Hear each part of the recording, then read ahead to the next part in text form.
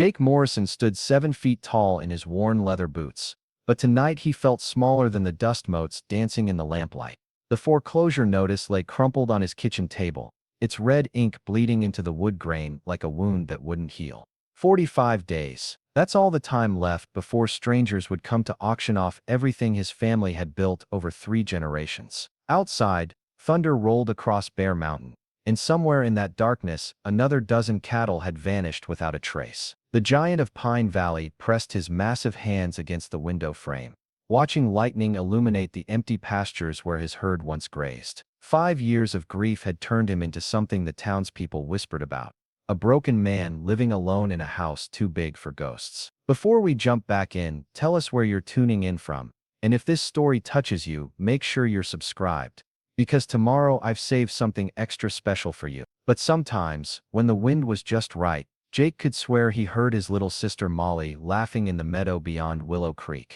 Tonight, though, the only sound was his own ragged breathing and the distant rumble of wagon wheels on the mountain road. He didn't know that those wheels carried a desperate family fleeing their own demons, or that by morning his lonely heart would begin to remember what it meant to hope again. The morning sun cast long shadows across Willow Creek Ranch as Jake Morrison stepped onto his sagging front porch, coffee mug dwarfed in his enormous hands. At 6 feet 8 inches, he had to duck under door frames that his grandfather had built for normal-sized men. Everything about Jake was oversized except his faith in tomorrow. The coffee tasted bitter, like everything else in his life these days, but it was hot and strong enough to cut through the mountain chill that clung to October mornings in Pine Valley, Montana. He surveyed his domain with the eye of a man who had watched paradise crumble one day at a time. The barn leaned to the left, its red paint peeling like sunburned skin. Fence posts tilted at drunken angles, held upright more by habit than by sound construction. The main house behind him groaned under the weight of neglect, its wraparound porch sagging like the shoulders of a man who had given up fighting. This was Willow Creek Ranch, once the pride of the territory, now a monument to grief and poor choices. The worst part was the silence. 3 months ago, Charlie Foster had been his last remaining ranch hand, but even Charlie's loyalty had limits. The man had finally walked away after Jake's latest explosive outburst over a broken gate that could have been fixed in 5 minutes with the right attitude. Charlie's parting words still echoed in the morning air like gunshots. "You ain't the man your daddy raised, Jake Morrison. You're just a ghost haunting your own life." Jake's father, William Morrison, had built this ranch with his bare hands and an unshakable belief that hard work and honest dealing would see a man through any storm. 20,000 acres of prime grazing land stretched from the banks of Willow Creek to the foothills of Bear Mountain. Natural springs provided year-round water. The soil was rich enough to grow hay that could sustain cattle through the harshest winters. 3 generations of Morrison blood had been poured into this land, but Jake was the first to let it slip through his fingers like sand. The cattle were disappearing faster than snow in spring sunshine. Last week, he had counted 47 head missing from the north pasture alone. Predators didn't take that many animals, and the tracks he found told a story of organized theft rather than random loss. But when a man stood 7 feet tall and weighed 260 pounds, people expected him to handle his own problems. Sheriff Roy Daniels had listened politely to Jake's complaints, then suggested that maybe better fencing would solve the issue. The suggestion that Jake was somehow responsible for his own losses had ended that conversation with a slammed door and bruised knuckles. He drained his coffee and set the mug on the porch rail, noting absently that the wood was rotting where morning dew collected. Everything was rotting, including his will to fix it. The bank notice in his pocket felt heavier than his grandfather's anvil. 45 days to produce $8,000 or watch strangers bid on everything his family had ever loved. The amount might as well have been $8 million for all the chance he had of raising it with missing cattle and no hands to work the land. Doc Miller had stopped by yesterday with his usual prescription of unsolicited advice wrapped in medical authority. "You're dying by degrees, Jake," the old physician had said while examining a cut on Jake's hand that he had ignored for a week. "Your body's healthy as a horse, but your soul's got the consumption. You need people in your life, son. This ranch wasn't meant to be worked by one man alone." Jake had thanked Doc for the bandage and ignored the sermon. People were the problem, not the solution. People left. People died. People broke promises and hearts with equal enthusiasm. Better to face failure alone than invite others to witness his complete collapse. The giant of Pine Valley had built his reputation on strength and self-reliance. Admitting he needed help would be like admitting his father had raised a weakling. But the numbers didn't lie. $8,000 in 45 days. Even if he sold every remaining head of cattle at top dollar, he would be lucky to raise half that amount. The missing livestock had destroyed any chance of making the payment through normal means. He needed a miracle, and Jake Morrison had stopped believing in miracles the night his family died in the fire that consumed the old homestead. The sound of approaching wheels interrupted his brooding. A covered wagon topped the rise beyond the creek, moving slowly as if the horses were tired from long travel. Jake squinted against the morning glare, trying to make out details. The wagon looked like it had seen better decades. Preparing and narrating this story took us a lot of time. So if you are enjoying it, subscribe to our channel. It means a lot to us. Now back to the story. Its canvas cover patched and repatched with whatever fabric the owners could find. Probably another family of homesteaders looking for unclaimed land, though most of the good parcels had been taken years ago. He should have gone inside and let the travelers pass without acknowledgement. Visitors meant conversation, and conversation meant questions he had no interest in answering. But something about the way the horses moved caught his attention. The animals were quality stock, or had been before hard travel and poor feed had dulled their coats. Someone with good judgment in horseflesh had fallen on difficult times. The wagon turned up his lane without invitation, wheels crunching on gravel that hadn't been graded since spring.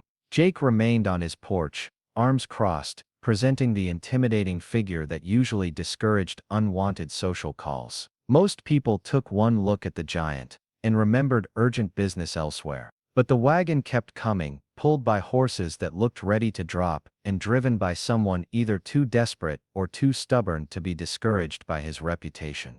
When the wagon finally stopped in his yard, Jake got his first clear look at its occupants. A woman held the reins, her dark hair pulled back in a style that suggested practicality over fashion. Her dress had been good quality once, but wear and careful mending marked her as someone who made clothes last out of necessity rather than choice. 3 children sat beside her in the wagon bed, their faces carrying the hollow look of young people who had learned that safety was temporary and comfort was a luxury. The woman set the brake and climbed down with movements that spoke of bone-deep exhaustion barely held in check by determination. She was smaller than Jake had first thought, probably no taller than 5.5 feet, which made her courage in approaching his door either admirable or foolish. Most men found him intimidating. A woman traveling alone with children should have been terrified. Mr. Morrison, her voice carried the refined accents of education, incongruous with her worn clothing and desperate circumstances. I'm Emma Patterson. I heard in town that you might have work for someone with ranch experience. Jake studied her with the same careful attention he gave to horses at auction. Her hands were soft but capable, marked with small scars that suggested familiarity with domestic work rather than ranch labor. Her posture was straight, despite obvious fatigue, and her eyes met his without flinching. Either she was an exceptional actress, or she genuinely believed she could handle whatever work he might offer. Heard wrong, Jake said, his voice carrying the weight of finality. Not hiring. The eldest boy jumped down from the wagon, landing with the controlled aggression of a young man looking for a fight. He was perhaps 16, with the lanky build of someone who would be tall someday, but hadn't grown into his potential yet. His jaw was set like a man's, though his eyes still held the uncertainty of youth. Maybe you should be, the boy said, stepping protectively closer to his mother. Looks like this place could use some help. Jake's temper, never far from the surface these days, began to simmer. He had dealt with enough criticism from Charlie Foster and Doc Miller without taking advice from some kid who didn't know a branding iron from a bridle bit. But before he could unleash the verbal assault that usually sent people scrambling, the youngest boy spoke up from the wagon. Are you really a giant? The child couldn't have been more than 10, his voice carrying genuine curiosity rather than fear. You're bigger than anyone I ever saw, even bigger than Pastor Williams back in Cedar Ridge, and he was so tall he had to duck to get in the church. The innocent question diffused Jake's anger more effectively than any adult diplomacy could have managed. Children had always seen past his intimidating exterior to something that adults missed or chose to ignore. His sister Molly had been like that, fearless in the face of his size and occasional bad moods. "I'm tall," Jake admitted, surprised to hear his voice soften. "Don't know about giant." "Ben, mind your manners," Emma said, but her tone held affection rather than genuine reproof. She turned back to Jake, and he saw desperation carefully controlled behind her composed expression. "Mr. Morrison, I know how this looks. A woman with children claiming ranch experience, but I grew up on a spread outside Denver. I can cook, clean, mend, and manage a household. My oldest boy Tommy knows horses and cattle. We're not asking for charity, just honest work for honest pay." "And if I don't have work?" Jake asked, though he was already beginning to suspect he knew the answer. Emma's composure cracked just enough to reveal the fear beneath. "Then we keep traveling, and hope the next place is more welcoming." She glanced back at her children, and Jake caught the look that passed between the middle daughter and her mother. A look that said they were running out of places to travel to and time to find them. Tommy stepped forward again, his young face hardened by responsibilities that should have belonged to men twice his age. "We don't need charity, mister, just a chance to prove we can earn our keep. You got cattle missing, fence falling down, buildings that need fixing. We got hands that can work, and backs that can bend. Seems like a fair trade to me." Jake found himself studying the boy with new interest. Tommy's assessment of the ranch's problems was accurate, and his direct approach reminded Jake of his own father's way of cutting through nonsense to reach practical solutions. But taking on a family meant complications he wasn't prepared to handle. It meant meals at regular hours and conversations over coffee and the constant reminder of everything he had lost when his own family died. "Where's your husband, Mrs. Patterson?" Jake asked, though he suspected he already knew the answer from the black ribbon pinned to her coat collar. "Dead 6 months now," Emma replied without flinching. "Mining accident in Colorado. Left us with some debts and the need to start fresh somewhere new." The middle daughter, quiet until now, looked up from a small notebook she had been writing in. She appeared to be about 13, with her mother's intelligent eyes and an air of someone who noticed everything but spoke carefully. "Mama, should I tell him about the men?" she asked in a voice barely above a whisper. Emma's face went pale, and Tommy's hand moved instinctively toward his belt, where a man would carry a gun. The gesture told Jake more about their situation than any explanation could have provided. They weren't just looking for work. They were running from something or someone, and time was not on their side. "What men?" Jake asked, his protective instincts stirring despite his determination to stay uninvolved. Emma hesitated, clearly weighing the risks of honesty against the dangers of deception. "My husband made some poor choices before he died," she finally admitted. "Got involved with gambling debts he couldn't pay. The men he owed money to aren't the type to forgive and forget, especially not when they think a widow might have hidden assets." Jake understood immediately. Debt collectors who traveled territories looking for people who owed money were rarely concerned with legal niceties. They took what they could find and justified their methods by pointing to the money owed. A woman traveling alone with children would be particularly vulnerable to their brand of persuasion. "How much?" Jake asked. $500, Emma said, her voice barely audible. "Maybe more with interest. We've been traveling for 3 months, hoping to get far enough ahead of them to start over." $500 was more money than most people saw in 2 years. It was also exactly the kind of sum that would motivate the sort of men who made their living collecting debts from people who couldn't afford lawyers or protection. Jake found himself calculating distances and travel times, wondering how close behind these collectors might be. "Mama," the youngest boy said from the wagon, his voice suddenly urgent.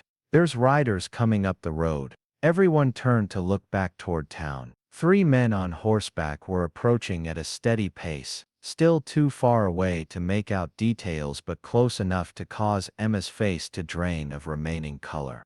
Tommy moved closer to the wagon, and Jake noticed the boy's hand was shaking despite his attempt to appear calm. "Friends of yours?" Jake asked, though he could see from Emma's expression that these were exactly the men she had been hoping to avoid. "Get in the house," Jake said suddenly, his decision made by instinct rather than careful thought. "All of you, now." Emma looked up at him with surprise and something that might have been hope. "Mr. Morrison, we can't ask you to." "You're not asking," Jake interrupted, his voice carrying the authority that came from being the biggest man in any room. "I'm telling, whatever trouble you're running from just caught up, and it's about to happen in my yard. That makes it my business." Tommy hesitated, torn between protecting his family and trusting a stranger. "What about our wagon, our things?" "Leave it. Anyone asks, you're my new housekeeper and her family. Hired yesterday. Been expecting you for a week." Jake was surprised by how easily the lie came and how right it felt to offer protection to people who clearly needed it. Emma gathered her children with the efficiency of someone who had learned to move quickly when necessary. As they hurried toward the house, Jake noticed the middle daughter pause to grab her notebook, as if whatever she had been writing was too important to leave behind. The gesture reminded him of his sister's habit of carrying her favorite book everywhere, and the memory added steel to his resolve. The three riders were close enough now to make out faces. Jake didn't recognize them, but their type was familiar enough. Hard men with cold eyes, wearing clothes that suggested they were successful at their profession but not particular about the methods they used. The kind of men who asked questions with their fists and expected answers that satisfied their employers. Jake stepped down from his porch, positioning himself between the approaching riders and his house. At his full height, with his shoulders squared and his jaw set, he presented an imposing barrier that most men would think twice about challenging. The riders slowed their approach, clearly reassessing the situation they had expected to find. The lead rider, a lean man with pale eyes and a scar across his left cheek, brought his horse to a stop just outside conversational distance. "Morning," he called out, his voice carrying false friendliness that fooled no one. "Name's Victor Kane. Looking for a woman and 3 children. Widow named Patterson. Heard they might have passed through this area." Jake crossed his arms and studied Kane with the same expression he used when examining cattle he suspected might be diseased. "Lot of people pass through," he said finally. "Can't say I keep track of them all." Kane's smile never reached his eyes. "This particular family owes money to some associates of mine. Nothing violent, you understand. Just a business matter that needs settling. Woman's husband died owing a substantial sum. We're hoping to work out some kind of arrangement." "What kind of arrangement?"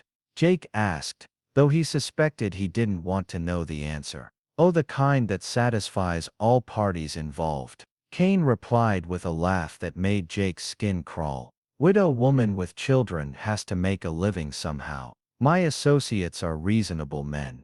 They're willing to accept payment in whatever form works best for everyone." The implication was clear enough to make Jake's hands curl into fists. These men weren't interested in collecting a legitimate debt. They were hunting a vulnerable family with the intention of forcing them into circumstances that would benefit no one except the collectors themselves. The knowledge that Emma and her children were hidden in his house, probably listening to every word, made Jake's decision simple. "Haven't seen anyone matching that description," Jake said, his voice carrying the finality of a man who had said all he intended to say on the subject. Kane studied Jake's face for signs of deception, clearly weighing the risks of pushing harder against the potential benefits of finding his quarry. After a long moment, he nodded and touched his hat brim in a gesture that mocked politeness. "Well, if you do happen to see them, I'd appreciate word sent to the Silver Dollar Saloon in town. There's money in it for anyone who helps us locate the Patterson family." Kane gathered his reins, then paused as if remembering something important. "Oh, and Mr. Morrison, I hear you've been having some trouble with missing cattle lately. Terrible thing when a man can't protect his own property. Sometimes cooperation with the right people can solve all kinds of problems." The threat was subtle but unmistakable.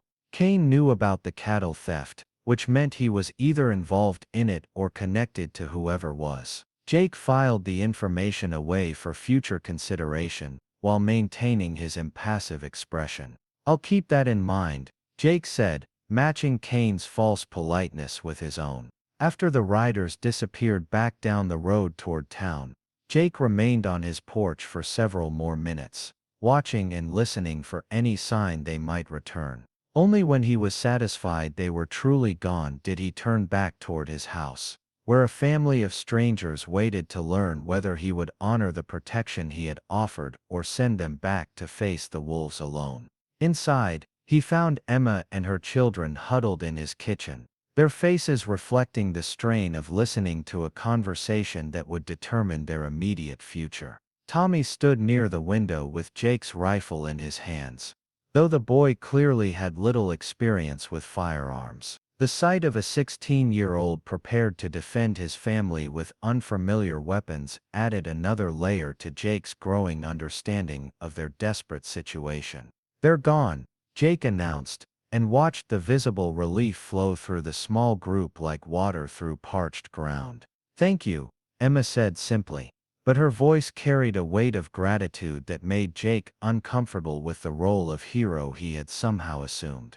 "Don't thank me yet," Jake replied, settling his large frame into a chair that creaked under his weight. "We need to talk about what happens next." Emma Patterson had faced many difficult conversations in her 32 years, but none quite like sitting across from a 7-foot giant who had just saved her family from men who would have dragged them back to a life worse than death. Jake Morrison's kitchen was sparse and functional, with dishes stacked haphazardly in a basin that hadn't seen proper washing in weeks. The table bore the scars of hard use, its surface marked with knife cuts and water stains that spoke of a man who had stopped caring about domestic niceties. Yet despite the neglect, Emma could see the bones of what had once been a warm family space, with windows that caught the morning light, and a stone hearth large enough to gather around on winter evenings. Tommy still held the rifle, though he had lowered it when Jake entered. The boy's knuckles were white against the wooden stock, betraying nerves he was trying hard not to show. Lucy sat with her notebook open, her pencil poised as if she intended to record whatever agreement emerged from this conversation. Ben had found a wooden horse carved with obvious skill, and was examining it with the focused attention children reserved for objects that sparked their imagination. Jake looked at each of them in turn, his weathered face revealing nothing of his thoughts. When he finally spoke, his voice carried the measured tone of a man who had learned to think before committing to words he couldn't take back. "Those men will be back," he said without preamble. "Maybe not today, maybe not tomorrow, but they'll come." Cain's type doesn't give up easy, especially when they think there's money involved. Emma nodded, having reached the same conclusion during the tense minutes of hiding. "We can leave," she said, though her heart sank at the prospect of loading her exhausted children back into the wagon for another desperate flight toward an uncertain destination. "We've been running for 3 months. We can keep running." "Where?" Jake asked bluntly. "How far you think you can get before winter sets in proper? How much money you got left for supplies?" He gestured toward the window where their patched wagon sat like a monument to their dwindled resources. "That rig won't make it over the mountain passes once the snow starts falling heavy. You'd be lucky to reach the next territory before you froze to death or starved."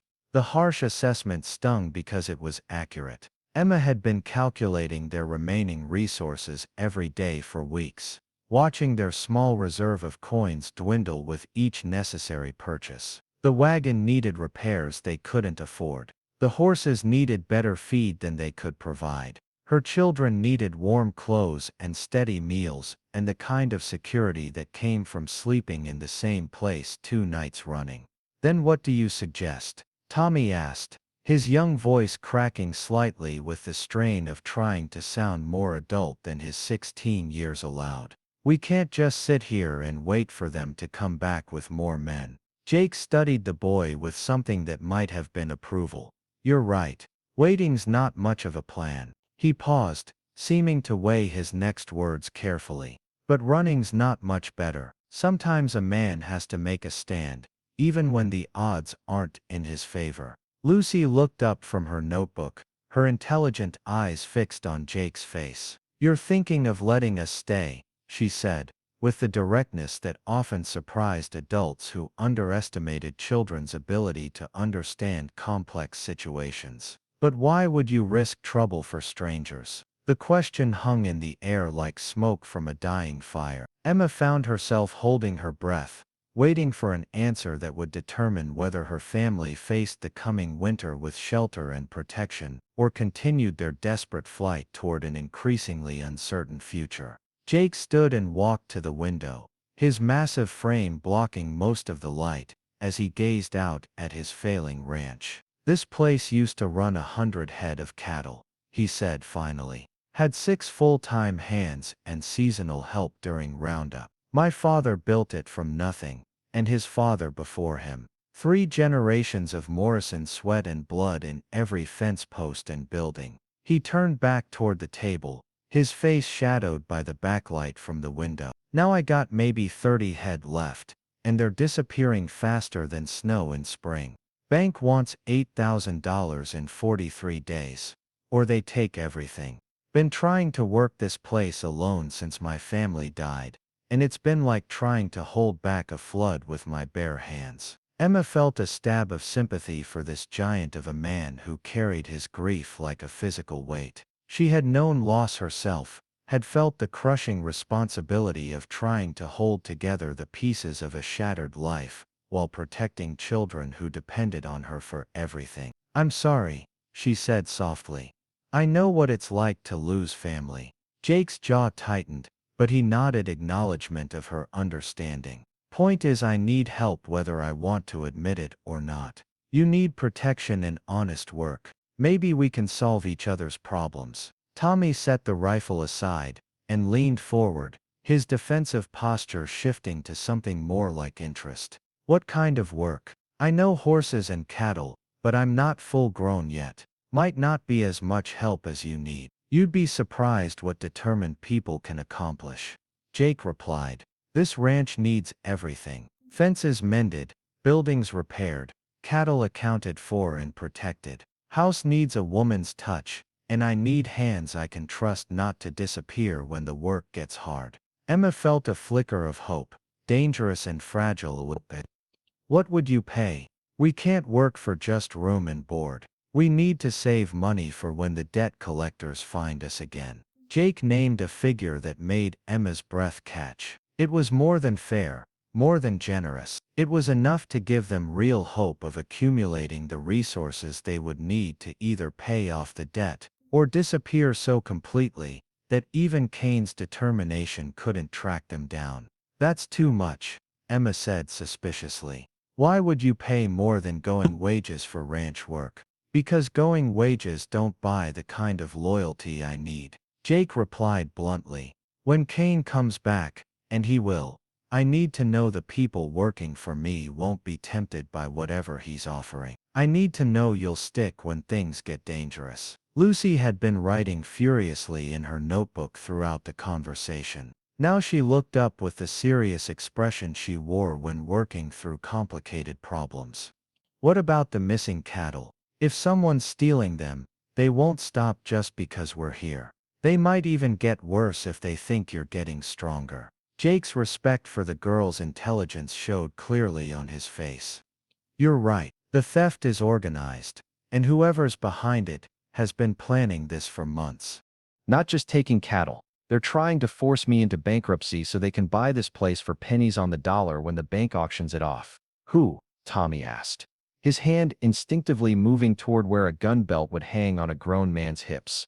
Don't know for certain yet, Jake admitted. But I got suspicions. Richard Blackstone owns the biggest spread in the territory. He's been after my water rights for years, and he's got the money and connections to make problems for people who won't sell to him. Emma processed this information with the careful attention she had learned to give to any threat that might affect her children's safety. So we'd be walking into the middle of a range war. Maybe, Jake said honestly. But you're already in the middle of a war, just a different kind. At least here you'd have walls around you and someone willing to fight beside you instead of behind you. Ben looked up from the wooden horse he had been examining. Did you carve this? He asked Jake, holding up the toy with obvious admiration. The question seemed to catch Jake off guard, as if he had forgotten the carved animal existed. Long time ago, he said, his voice softer than it had been during the practical negotiations. Made it for my little sister. What was her name? Ben asked with the innocent curiosity that allowed children to ask questions adults would consider too personal. Molly, Jake replied. And Emma heard the careful control in his voice that suggested the wound was still raw despite the years that had passed. She would have been about your age now if, he trailed off, unable or unwilling to finish the sentence. Emma understood. Some losses were too deep to speak aloud. Even years later, she had her own careful silences around the subject of her husband's death and the circumstances that had driven them from their home. Shared grief might not be the foundation most people would choose for a business arrangement, but it created an understanding that transcended ordinary employer and employee relationships. We'll stay, Emma said, the decision emerging from her heart rather than her head. We'll work hard and earn our keep, and when trouble comes, we'll face it together. Jake nodded once, sealing the agreement with the gravity of a man who understood that words spoken in crisis carried more weight than any written contract. Then we'd better get started. Winter's coming whether we're ready or not, and we got a lot of work to do before the snow flies. The next 3 days established the rhythm that would define their lives at Willow Creek Ranch. Emma took charge of the household with the efficiency of a woman who had learned to make the most of limited resources. The kitchen, which had been Jake's bachelor neglect for 5 years, began to show signs of feminine attention. Meals appeared at regular intervals, hot and substantial and flavored with herbs that grew wild near the creek. The house filled with sounds it hadn't heard since the Morrison family died, voices calling from room to room and the scrape of chairs around a table set for more than one person. Tommy attached himself to Jake like a shadow, absorbing knowledge about cattle and horses with the intensity of a young man who understood that his family's survival depended on his ability to become useful quickly. Jake found himself remembering his own father's patient instruction, the way William Morrison had taught by example rather than lecture. The boy had good instincts and willing hands, though his city upbringing showed in his unfamiliarity with some of the more basic aspects of ranch work. Lucy appointed herself record keeper and observer, filling her notebook with detailed observations about the ranch's operations and problems. She tracked the missing cattle with the methodical attention of a natural accountant, noting patterns in the thefts that even Jake had missed. Her young mind seemed to see connections that escaped adult notice, and Jake found himself consulting her increasingly often about practical decisions. Ben became the ranch's unofficial mascot, following whoever would tolerate his company, and asking endless questions about everything from why horses needed shoes to how windmills worked. His innocent presence seemed to soften some of Jake's rougher edges, reminding the giant of gentler aspects of his nature that had been buried under years of grief and isolation. But it was Emma who worked the most profound changes in the daily life of Willow Creek Ranch. She moved through the house like a healing presence, organizing without criticizing, cleaning without making Jake feel judged for the neglect that had accumulated during his years alone. She mended his clothes with skilled hands, prepared meals that reminded him food could be pleasure as well as necessity, and gradually began to transform the house from a place where a broken man existed into a home where a family might thrive. The work was hard and the days long, but there was satisfaction in shared labor and common purpose. Fences that had leaned drunkenly for months were straightened and reinforced. Buildings received attention that had been deferred until problems became emergencies. The ranch began to show signs of returning vitality, like a patient recovering from a long illness. On the 4th morning, Jake woke to the smell of bacon frying and coffee brewing, sounds that pulled him from sleep more gently than the harsh clanging of the alarm clock he had relied on during his solitary years. He dressed quickly and made his way to the kitchen, where he found Emma at the stove and her children already seated around the table.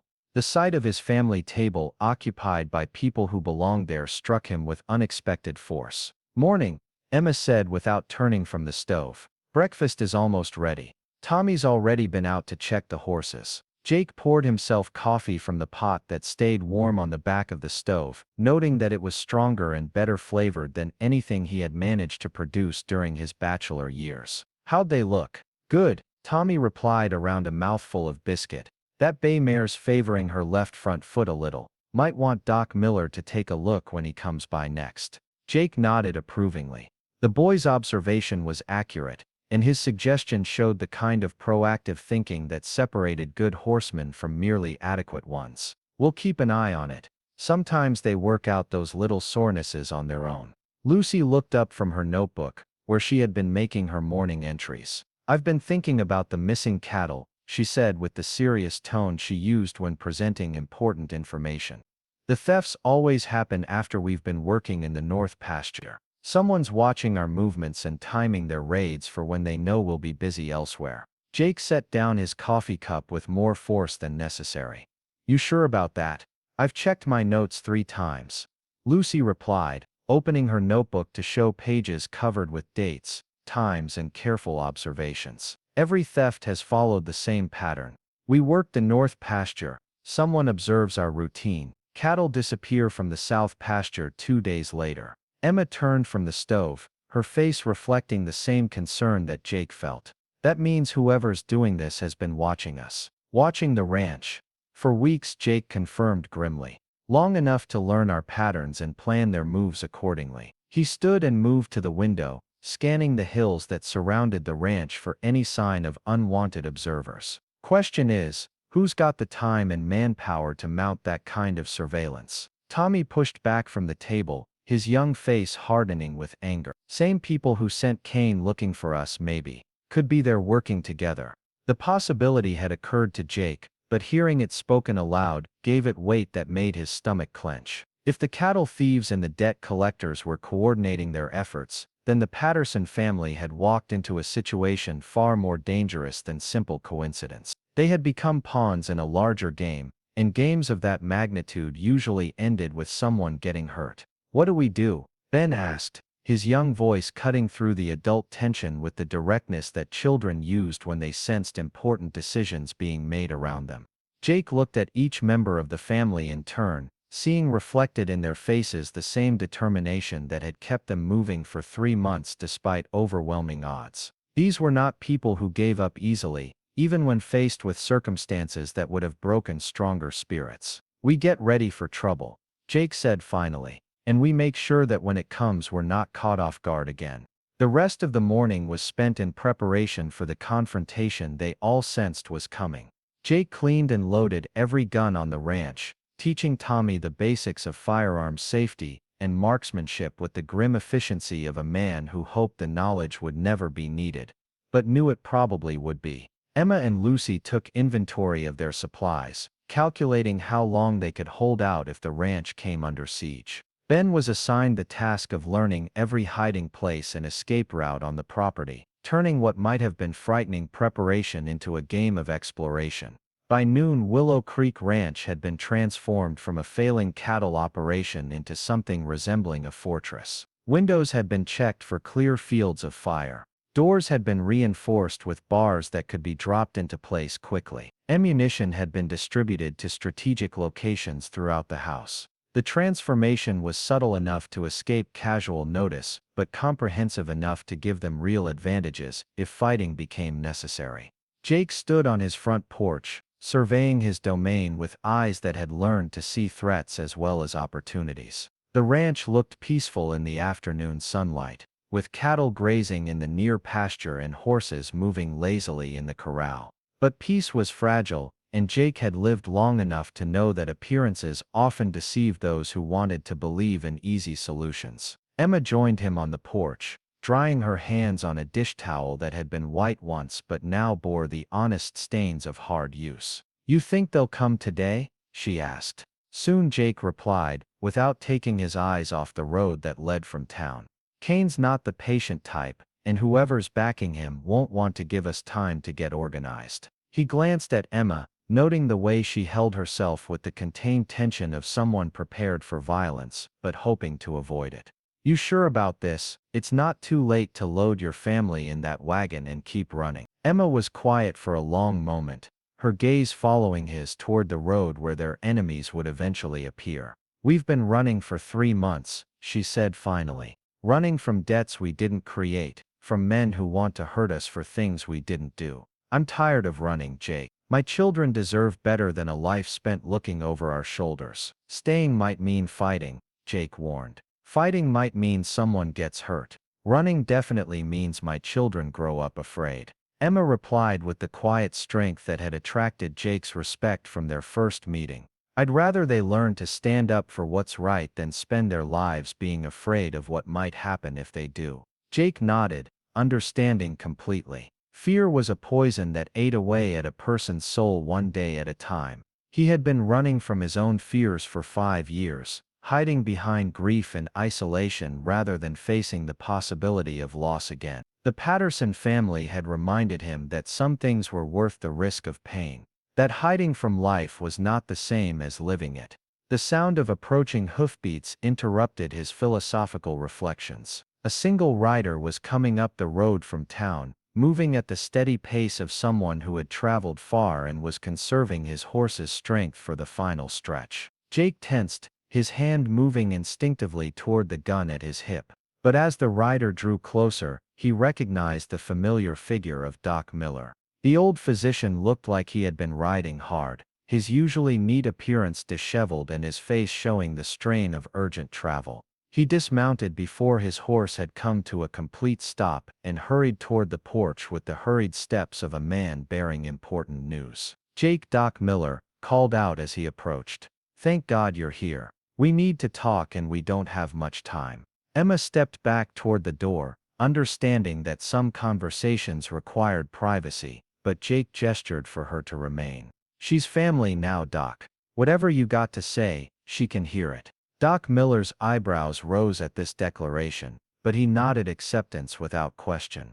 "Kane's been asking questions in town. Lots of questions. About you, about new people working at your ranch, about how long it takes to ride out here from town. He's planning something, Jake, and whatever it is, it's going to happen soon." "How soon?" Jake asked, though he suspected he already knew the answer. "Tonight, maybe sooner," Doc Miller replied grimly. "He's got more men with him now. At least 6, maybe more.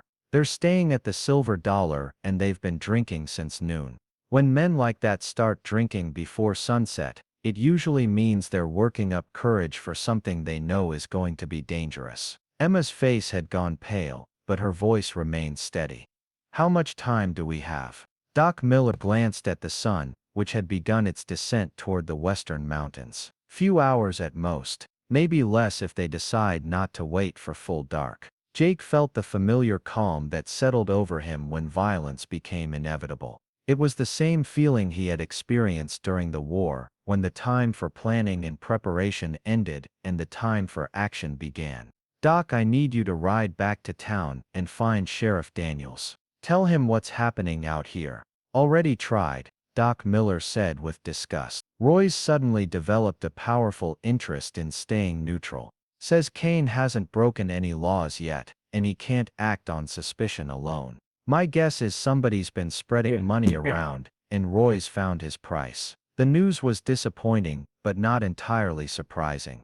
Small-town lawmen often found their loyalty tested when wealthy men with flexible morals decided to solve their problems through violence rather than legal channels. Jake had hoped Sheriff Daniels was different, but hope and reality didn't always align. "Then we're on our own," Jake said, the words carrying acceptance rather than despair. "Nothing new about that." Doc Miller reached into his medical bag and pulled out a small bottle of laudanum. "For pain, if things go bad," he said, pressing the bottle into Emma's hands. "I wish I could stay and help, but I'm no good in a fight, and someone needs to be ready to patch up whoever's still standing when it's over." "Take care of yourself, Doc," Jake said, shaking the old man's hand with genuine affection. "And thanks for the warning." After Doc Miller rode away, Jake and Emma stood together on the porch, watching the shadows lengthen as afternoon moved toward evening.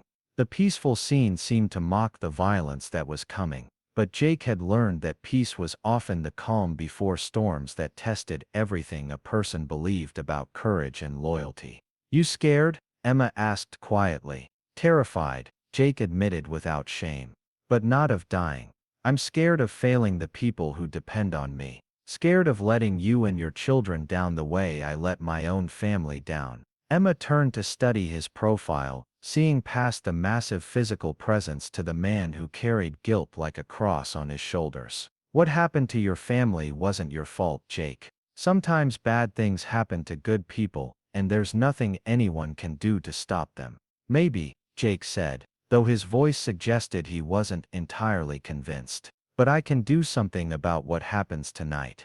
We all can. As if summoned by his words, Tommy appeared around the corner of the house, leading Jake's favorite horse already saddled and ready for whatever action the evening might bring. Lucy followed close behind, her notebook clutched in one hand and a determined expression on her young face. Ben brought up the rear, carrying a coil of rope that was almost as big as he was. Everything's ready, Tommy reported with the calm efficiency of someone twice his age. Horses are saddled, guns are loaded, and Lucy's figured out the best places to watch the road from.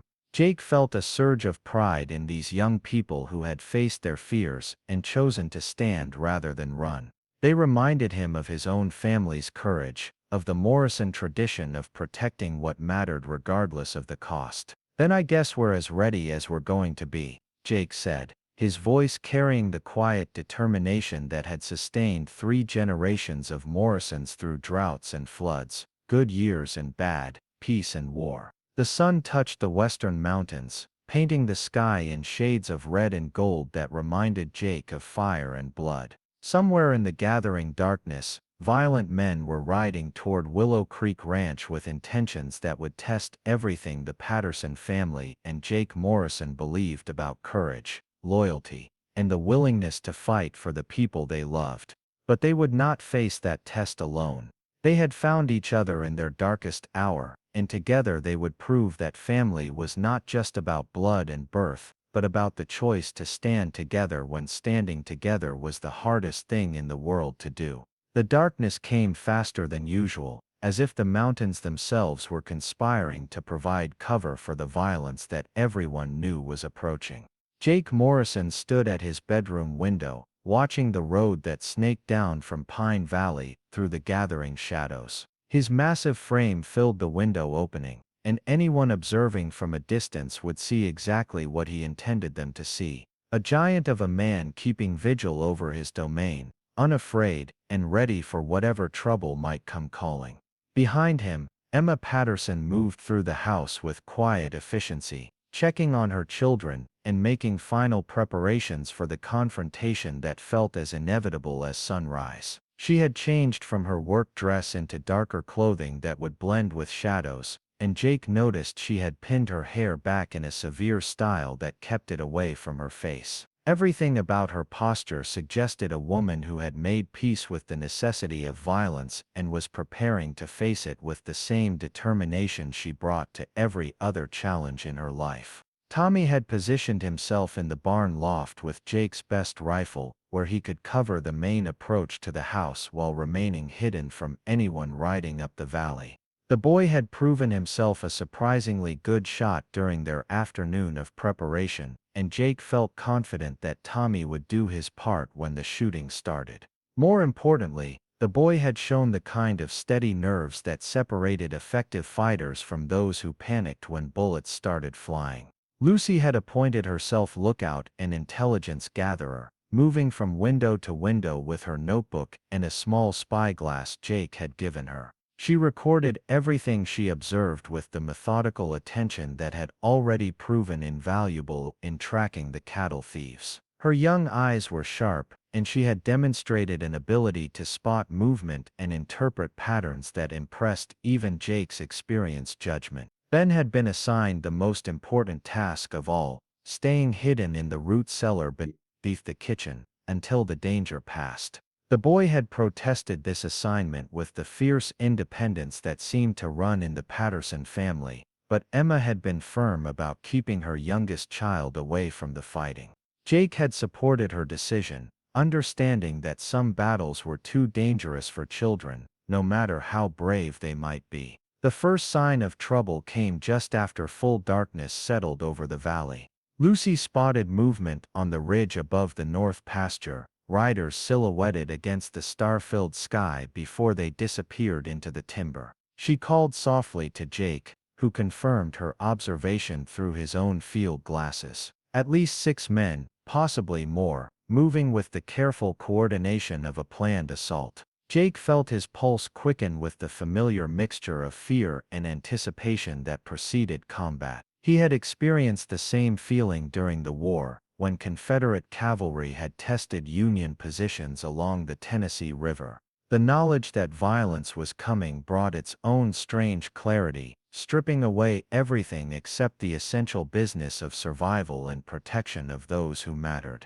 Emma appeared beside him at the window, her face pale but composed in the dim light from the shuttered lamp. "How many?" she asked in a whisper that barely disturbed the heavy silence. "Too many for a friendly social call," Jake replied grimly. "Kane's not taking any chances this time.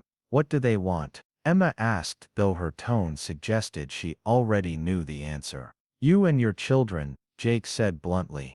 "And probably me dead so I can't interfere with their plans." He paused, studying the darkness for any further sign of movement. Kane's the kind of man who sees problems in terms of elimination rather than negotiation. He figures if he removes the obstacles, the path becomes clear. Emma's hand found his arm, her fingers gripping with surprising strength. "Jake, there's something I need to tell you, something I should have said before, but I was afraid." Jake turned to study her face, seeing something in her expression that suggested confession rather than casual conversation. "What is it?" "The debt collectors aren't the only ones who want us," Emma said, her voice barely audible. "There's more to our situation than I told you. My husband didn't just owe gambling debts. He was involved in something else, something that got him killed." Jake felt ice form in his stomach. "What kind of something?" "He was carrying information for the federal marshals," Emma admitted, the words coming out in a rush, as if she had been holding them back for months. "About corruption in the territorial government. About officials taking bribes to look the other way when cattle got stolen or land got claimed through fraud. He was supposed to testify before a grand jury in Denver." The implications hit Jake like a physical blow. "Kane's not just a debt collector." "No," Emma confirmed. "He's working for the same people my husband would. They killed him to keep him quiet, and now they want us because they think he might have told us what he knew." Jake processed this information with the careful attention he gave to all intelligence that might affect the survival of people under his protection. The cattle thefts, the pressure from the bank, Kane's arrival with official backing. It all made sense now as part of a larger conspiracy designed to silence witnesses and eliminate threats to whatever corrupt operation was running in the territory. "Did he tell you anything?" Jake asked. "Some things," Emma replied carefully. "Names, dates, amounts of money that changed hands. Not enough to convict anyone by itself, but enough to start an investigation that might uncover the rest. And Kane knows this." "Kane suspects it," Emma corrected. "That's why he's been so persistent.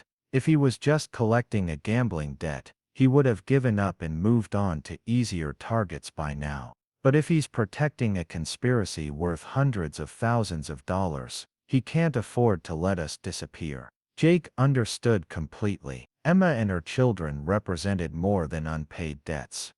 They were potential witnesses who could bring down an entire network of corruption. That knowledge made them infinitely more valuable alive and infinitely more dangerous to the people who wanted them silenced. A soft whistle from the barn indicated that Tommy had spotted something worth reporting.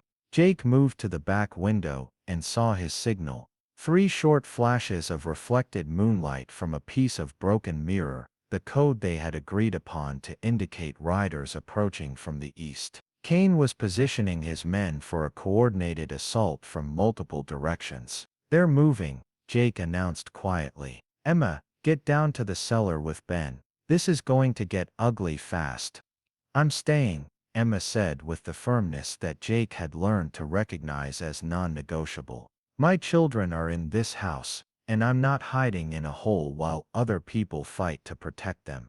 Jake wanted to argue, but he understood her position completely. A mother's instinct to protect her young was stronger than any rational consideration of personal safety. Emma would fight beside him regardless of his preferences, and he would waste valuable time trying to convince her otherwise. "Can you shoot?" he asked, instead. "Well enough," Emma replied, accepting the pistol he offered with steady hands. "My father taught me when I was younger than Lucy is now." Lucy's voice carried softly from the front window. Riders coming up the main road. 4 of them, moving slow and spread out. Jake checked the loads in his rifle and moved to a position where he could cover the front approach, while Emma took the side window that commanded the yard between the house and barn.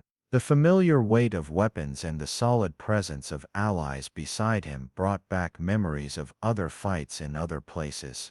But this one felt different. This time he was protecting more than abstract principles or distant causes. He was defending family. The riders appeared in the moonlight exactly as Lucy had described.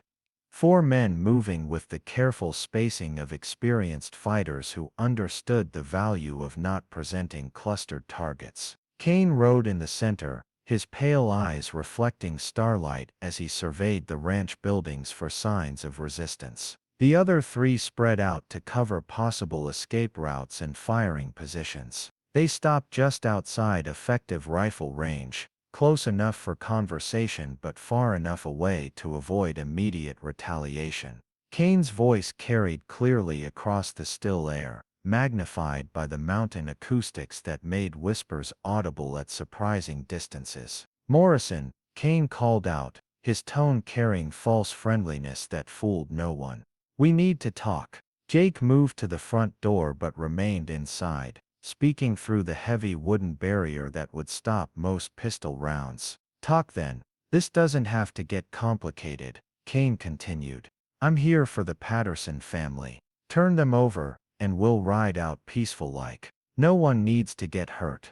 And if I don't feel like turning anyone over," Jake replied. Kane's laugh was as cold as winter wind through bare branches. "Then people are going to get hurt, starting with you. I got 6 men out here, Morrison. You're outnumbered and outgunned. Don't make this harder than it needs to be." Jake counted carefully, using the moonlight and his knowledge of the terrain to identify positions. Kane had been truthful about the numbers, 6 men positioned to create crossfire Patterns that would make any attempt to flee from the house extremely dangerous. But numbers weren't everything in a fight, especially when the defenders held strong positions and knew the ground better than their attackers. "Tell you what, Kane," Jake called back. "Why don't you and your boys turn around and ride back to whatever hole you crawled out of? The Patterson family is under my protection now, and that protection doesn't end just because you show up with more guns." "Your protection?" Kane's voice carried genuine amusement. "Morrison, you can't even protect your own cattle. What makes you think you can protect anyone else?" The taunt stung because it contained enough truth to wound, but Jake had learned to function despite personal pain. "Maybe because I got something worth protecting now." Changes a man's perspective on what he's willing to do. Kane's patience, never extensive under the best circumstances, seemed to evaporate completely. "Last chance, Morrison. Send out the woman and her brats, or we come in and take them." "Come ahead," Jake replied with the calm that settled over him when violence became inevitable. Doors unlocked. Kane's response was immediate and predictable. He spurred his horse toward the house while simultaneously drawing his pistol and firing at the front windows. His men followed suit, creating the kind of overwhelming assault that usually broke the will of defenders who weren't prepared for sustained combat. But Jake had been preparing for this moment since the day Kane first appeared on his property. The windows had been reinforced with wooden shutters that deflected most of the incoming rounds. The doors were barred with heavy timbers that would require axes or explosives to breach quickly. The house had been transformed into a fortress designed to withstand exactly the kind of assault Kane was mounting. Jake returned fire through the gun ports he had cut in the shutters, his rifle speaking with the authority of a man who had learned marksmanship during 4 years of war.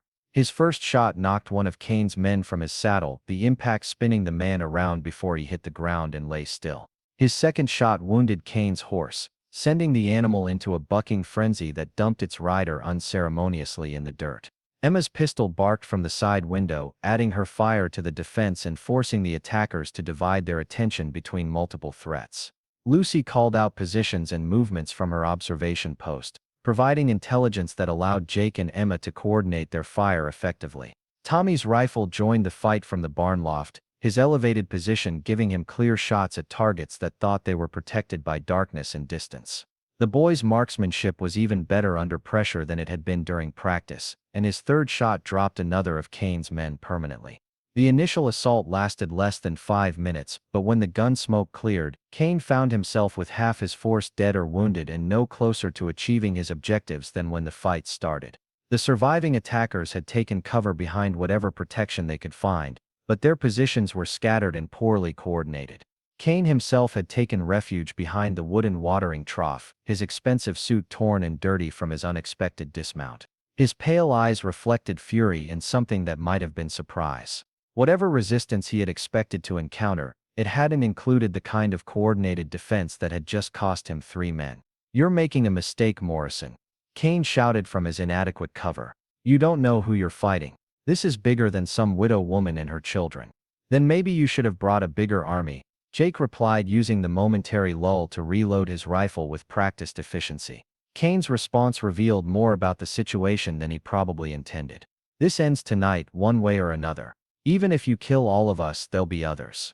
The people I work for don't forgive, and they don't forget." Emma moved closer to Jake's position, her face grim with understanding. "He's right," she said quietly. "Even if we win tonight, they'll keep coming. There's too much money involved for them to just give up." Jake nodded, having reached the same conclusion. Kane and his men were symptoms of a larger problem. Foot soldiers in an organization that had resources and motivation to continue the fight indefinitely. Winning this battle would only buy them time to prepare for the next one. "Then we make sure there isn't a next one," Jake said with the finality of a man who had made a decision that would change everything. "Kane wants to escalate this. Let's give him more escalation than he can handle." Jake's plan was simple in concept but dangerous in execution. Instead of waiting for Kane to regroup and mount another assault, they would take the fight to the attackers while the darkness still provided cover. Tommy would provide covering fire from the barn while Jake and Emma moved to flank Kane's scattered forces. The goal was not just to win the immediate fight, but to capture Kane alive so they could extract information about the larger conspiracy. Emma understood the risks immediately. "If we leave the house, we lose our defensive advantages. And if we stay in the house, we let Kane control the pace of the fight." Jake countered, "He can wait for daylight, bring up more men, maybe even bring official authority to force us out. Our only advantage right now is that he doesn't expect us to attack." The logic was sound, but the execution would require precise timing and more than a little luck. Jake spent several minutes explaining the plan to Tommy through hand signals, making sure the boy understood his role in providing cover fire that would allow the flanking movement to succeed. Emma checked her pistol one final time, her movements steady despite the obvious danger they were about to face. "If something happens to me," she said quietly, "make sure my children know I fought for them." "Nothing's going to happen to you," Jake replied with more confidence than he felt. "We're going to end this tonight, and tomorrow your children are going to wake up in a house where they don't have to be afraid anymore." The attack began with Tommy's rifle speaking from the barn loft, his shots carefully aimed to force Kane's men to keep their heads down while Jake and Emma slipped out the back door and began their flanking movement. The night air was cold against their faces, and the ground was treacherous with loose rocks and hidden obstacles. But they moved with the careful coordination of partners who trusted each other completely. Jake's size, usually a disadvantage in situations requiring stealth, became an asset as they closed distance with their enemies. His massive frame provided cover for Emma, and his strength allowed him to move silently despite the rough terrain. They reached their first objective, a position that would allow them to attack Kane's scattered forces from an unexpected direction. The next few minutes would determine whether the Patterson family finally found the safety they had been seeking for months, or whether Kane's threats would prove prophetic. Jake checked his weapons one final time and looked at Emma, seeing in her face the same determination that had sustained him through the worst moments of his own life. Together they moved forward into the darkness, carrying with them the hopes and fears of a family that had learned to fight for the right to exist in peace. The night was far from over, and the most dangerous moments still lay ahead. The ground beneath Jake's boots felt solid and familiar as he and Emma moved through the darkness toward Kane's position. Every rock and depression was known territory, mapped by years of walking these same paths during morning chores and evening checks on the livestock. This intimate knowledge of his own land gave Jake confidence that Kane's men, strangers to this terrain, would be operating at a significant disadvantage in any close-quarters fighting. Emma moved beside him with surprising grace for someone unfamiliar with the landscape. Her city upbringing hadn't prepared her for this kind of stealth movement, but desperation and maternal instinct seemed to sharpen her natural abilities. She avoided loose stones that might clatter and give away their position, stepped carefully around patches of ground that looked treacherous in the moonlight, and maintained the kind of silence that suggested she understood exactly how much depended on their success. Tommy's covering fire from the barn loft continued with steady precision, each shot carefully placed to keep Kane's remaining men pinned behind inadequate cover. The boy had developed an instinctive understanding of suppressive fire, timing his shots to deny the enemy any opportunity to move or coordinate their defense. Jake felt a surge of pride in the young man who was proving himself worthy of the Morrison name, even though no legal adoption had taken place yet. They reached the wooden fence that separated the house yard from the pasture where Kane had taken refuge behind the water trough. Jake could see two of Kane's men crouched behind a pile of cut firewood about 50 yards away, their attention focused entirely on the house where they expected return fire to originate. Neither man was watching their flanks, a tactical error that would cost them dearly in the next few minutes. Emma raised her pistol, sighting carefully on the nearer target, but Jake placed a gentle hand on her wrist. They needed information more than they needed additional bodies, and live prisoners were more valuable than dead enemies when it came to unraveling the conspiracy that had brought Kane to Willow Creek Ranch. A whispered explanation of his intentions brought understanding to Emma's eyes, and she adjusted her aim to wound rather than kill. The attack came with the sudden violence of a mountain thunderstorm. Jake rose from behind the fence and charged the woodpile with the unstoppable momentum of an avalanche, his massive frame covering the distance before Kane's men could react effectively to the threat from their unprotected flank. His rifle butt connected with the first man's skull with a sound like an axe splitting kindling, dropping the target instantly into unconsciousness. The second man managed to get his pistol halfway clear of its holster before Emma's shot took him in the shoulder, spinning him around and sending his weapon flying into the darkness. Jake's follow-up blow with his rifle stock ensured that this man joined his companion in temporary oblivion, leaving two prisoners who could be questioned when the immediate fighting ended. Kane's voice roared across the battleground, filled with rage and something approaching panic. "You're all dead, Morrison. Every last one of you. I got friends in high places, and they'll hunt you to the ends of the earth. Tell them to bring more men next time." Jake replied, his voice carrying easily across the distance. These ones weren't near enough. The remaining members of Kane's force, reduced now to Kane himself and one other gunman, began to show signs of the demoralization that affected all fighters who found themselves outnumbered and outmaneuvered. The surviving gunman was crouched behind a broken wagon wheel, clearly more interested in finding an escape route than in continuing a fight that had turned decisively against them. Kane, however, showed no inclination toward retreat. If anything, his fury seemed to increase as the hopelessness of his situation became apparent. He began firing wildly in the direction of Jake's voice, wasting ammunition in displays of rage rather than carefully aimed shots that might accomplish tactical objectives. "Emma Patterson," Kane shouted into the darkness. "Your husband thought he was smart too. Thought he could hide information from people who own half the territorial government. Look how that worked out for him." Emma's sharp intake of breath told Jake that Kane's words had found their mark. The debt collector was confirming her worst fears about her husband's death, while simultaneously revealing the scope of the corruption they were fighting. This was indeed bigger than simple cattle theft or unpaid gambling debts. They were facing an organization with tentacles reaching into the highest levels of territorial authority. "My husband was a good man," Emma called back, her voice steady despite the emotional impact of Kane's revelation. "Better than any of you will ever be." Kane's laugh was harsh as breaking glass. "Good men don't live long in this territory, lady. Your husband learned that lesson the hard way, and you're about to learn it the same way." The threat against Emma ignited something primal in Jake's protective instincts. He had failed to protect his own family from the fire that claimed their lives, but he would not fail Emma and her children. Cain had just crossed a line that transformed this from a defensive action into something far more personal. Jake moved with the patient stalking skills learned during years of hunting in these same mountains. Cain's position behind the water trough provided protection from frontal assault but left him vulnerable to attack from the sides or rear. The debt collector was so focused on his verbal intimidation that he failed to notice the 7-foot shadow creeping closer through the darkness. Emma understood Jake's intentions without need for explanation. She began moving to a position where she could provide covering fire if Cain's remaining Confederate tried to interfere with the capture attempt. Tommy's rifle continued speaking from the barn loft, keeping the distant gunman pinned behind his inadequate cover. When Jake made his move, it was with the explosive speed that had made him legendary during his war service. He vaulted the water trough in a single bound, landing behind Cain with enough force to shake the ground. His massive hand seized the debt collector before the smaller man could react, lifting him clear of the ground and holding him like a child holding a rag doll. Cain struggled frantically, trying to bring his pistol to bear on his captor, but Jake's grip was unbreakable. A careful application of pressure to strategic points on Cain's wrist caused the weapon to fall from nerveless fingers, clattering harmlessly on the packed earth.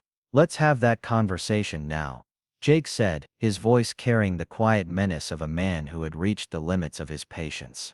"Start with who sent you and why they want the Patterson family." Cain's pale eyes reflected fear for the first time since his arrival at Willow Creek Ranch. Being held helpless in the grip of a giant who could probably break him in half concentrated his attention wonderfully on the realities of his situation. "You don't know what you're getting into, Morrison. These people got money, influence, connections you can't imagine." "Then it's lucky for me I don't scare easy," Jake replied. "Names. Who's running this operation?" Cain's remaining Confederate chose that moment to make his escape attempt, abandoning his position behind the wagon wheel and sprinting toward the horses they had left tied beyond rifle range. Tommy's shot from the barn loft took the fleeing man in the leg, sending him tumbling to the ground where he lay cursing and clutching his wounded limb. "That's all of them," Emma announced, emerging from the shadows with her pistol trained on the fallen gunman. "Should I tie this one up, or would you prefer him to bleed to death?" The cold practicality in her voice seemed to shock Cain more than Jake's physical dominance. He looked at Emma with something approaching respect, as if he was seeing her clearly for the first time. "You're not what I expected," he admitted.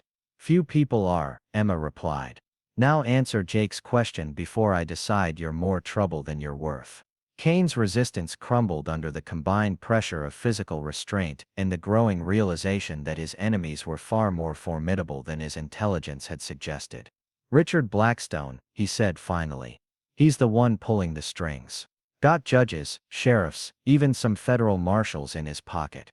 The name confirmed Jake's suspicions, but hearing it spoken aloud still carried the impact of revelation.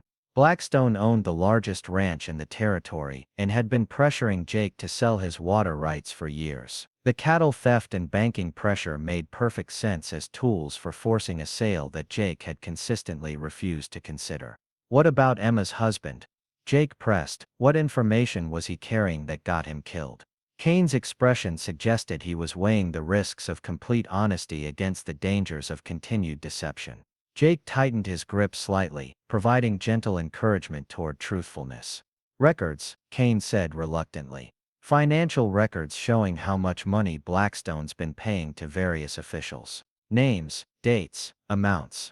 Enough to put half the territorial government in prison if it ever reached the right people." Emma stepped closer, her face reflecting the mix of grief and anger that had driven her family's desperate flight. "Where are those records now?" "Burned," Cain replied. "Blackstone made sure of that right after your husband died. But your husband was smart. He made copies, hid them somewhere. Blackstone couldn't find them." "Where?" Emma demanded. Cain shook his head. "That's what I was hired to find out. Blackstone figures your husband told you where he hid the backup copies before he died. That's why we need you alive, at least long enough to get that information." Jake felt pieces of the puzzle clicking into place with sickening clarity. Emma and her children weren't just witnesses to corruption. They were the key to evidence that could bring down an entire criminal network. No wonder Kane had been so persistent in his pursuit. The stakes were far higher than simple debt collection. There's something else, Kane continued, his voice carrying resignation. Blackstone's not just stealing cattle and bribing officials. He's been claiming land that doesn't belong to him, using forged documents and bought judges to make it legal. Your ranch, Morrison, he's been working on getting that for 2 years. The bank pressure, the missing cattle, even my showing up here. It's all part of the plan to force you into bankruptcy, so he can buy your spread for pennies. The revelation hit Jake like a physical blow. Everything he had attributed to bad luck and personal failure had actually been the result of a carefully orchestrated campaign designed to destroy him financially and drive him from land that had been in his family for 3 generations. Emma's face reflected understanding that was equally painful. He killed my husband to protect his secrets, and now he wants to kill my children to make sure those secrets stay buried. Not kill, Kane corrected. At least, not right away. Blackstone's got other plans for you and your family. Plans that would keep you alive, but make sure you never cause problems for anyone. The implications of that statement made Jake's blood run cold. He had heard rumors about women and children who disappeared into the darker corners of territorial society, sold into circumstances that were worse than death. The knowledge that such a fate awaited the Patterson family, if Blackstone succeeded, added urgency to their need for a permanent solution. Lucy's voice called softly from the house, interrupting Jake's dark thoughts.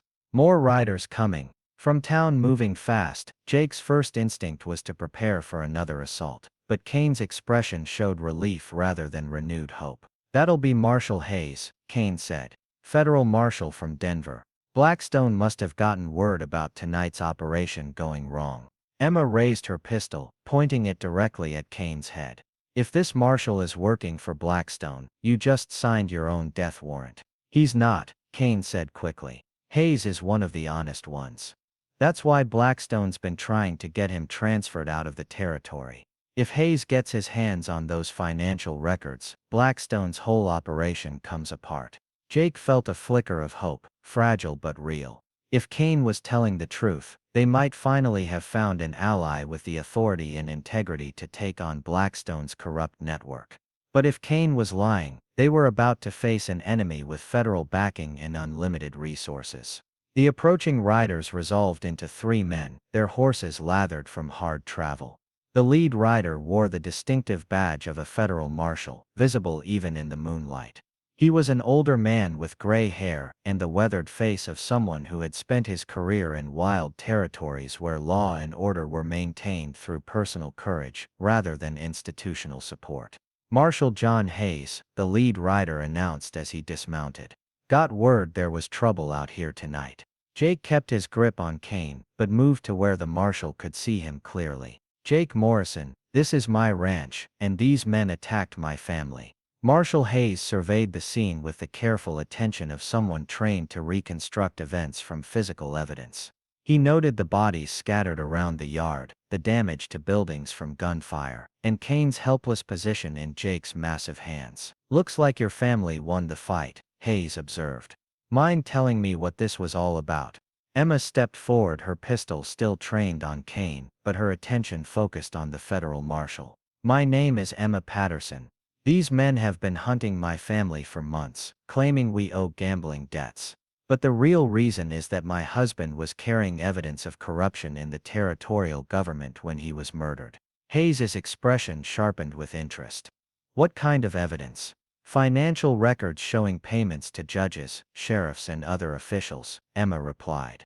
My husband was supposed to testify before a grand jury in Denver before he died in what was made to look like a mining accident. Thomas Patterson, Hayes said with recognition. I was supposed to provide protection for his testimony.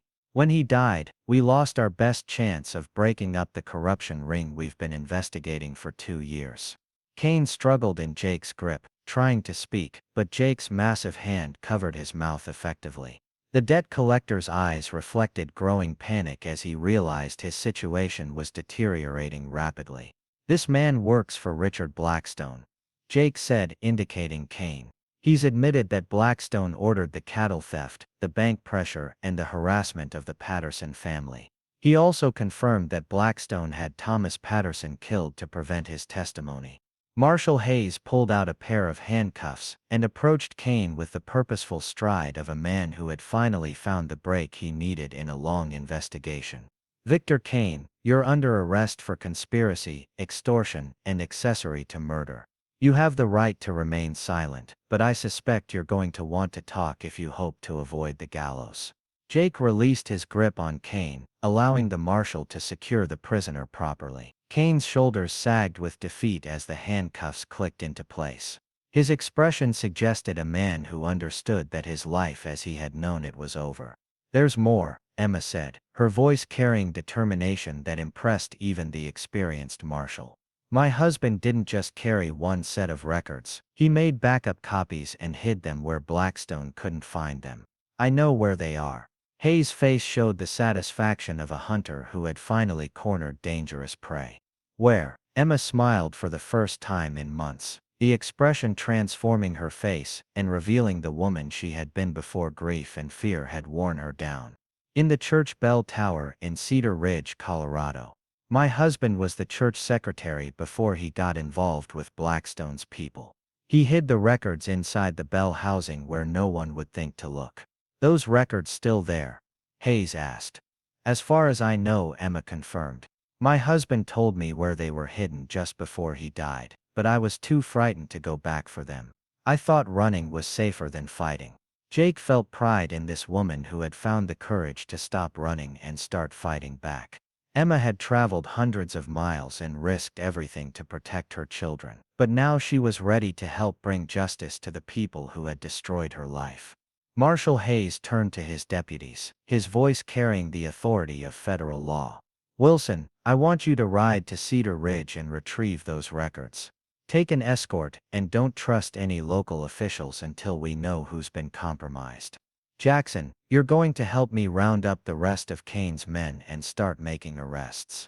The next few hours passed in a blur of activity as federal law enforcement finally moved against the corruption that had plagued the territory for years. Kane, faced with overwhelming evidence and the prospect of hanging for murder, proved remarkably cooperative in providing names, dates, and details that had previously been unknown to the marshals. By dawn, Richard Blackstone was in federal custody along with 6 other prominent citizens who had been part of his corrupt network. The stolen cattle were recovered from hidden pastures on Blackstone's property, providing both proof of theft and compensation for Jake's losses. The bank note that had threatened to destroy Willow Creek Ranch was revealed as part of Blackstone's scheme, null and void due to the fraudulent circumstances surrounding its creation. As the sun rose over Bear Mountain, painting the valley in shades of gold and red, Jake stood on his front porch with Emma and her children. The immediate danger was past, the enemies were in custody, and for the first time in months, the Patterson family could look toward the future without fear. Tommy had proven himself a man during the night's fighting, his courage and skill earning him a place as Jake's partner rather than hired hand. Lucy's intelligence gathering and careful observations had been instrumental in exposing the full scope of Blackstone's conspiracy. Ben had endured the terrifying hours in the root cellar with the kind of quiet bravery that promised great things for his future. But it was Emma who had changed most during their ordeal.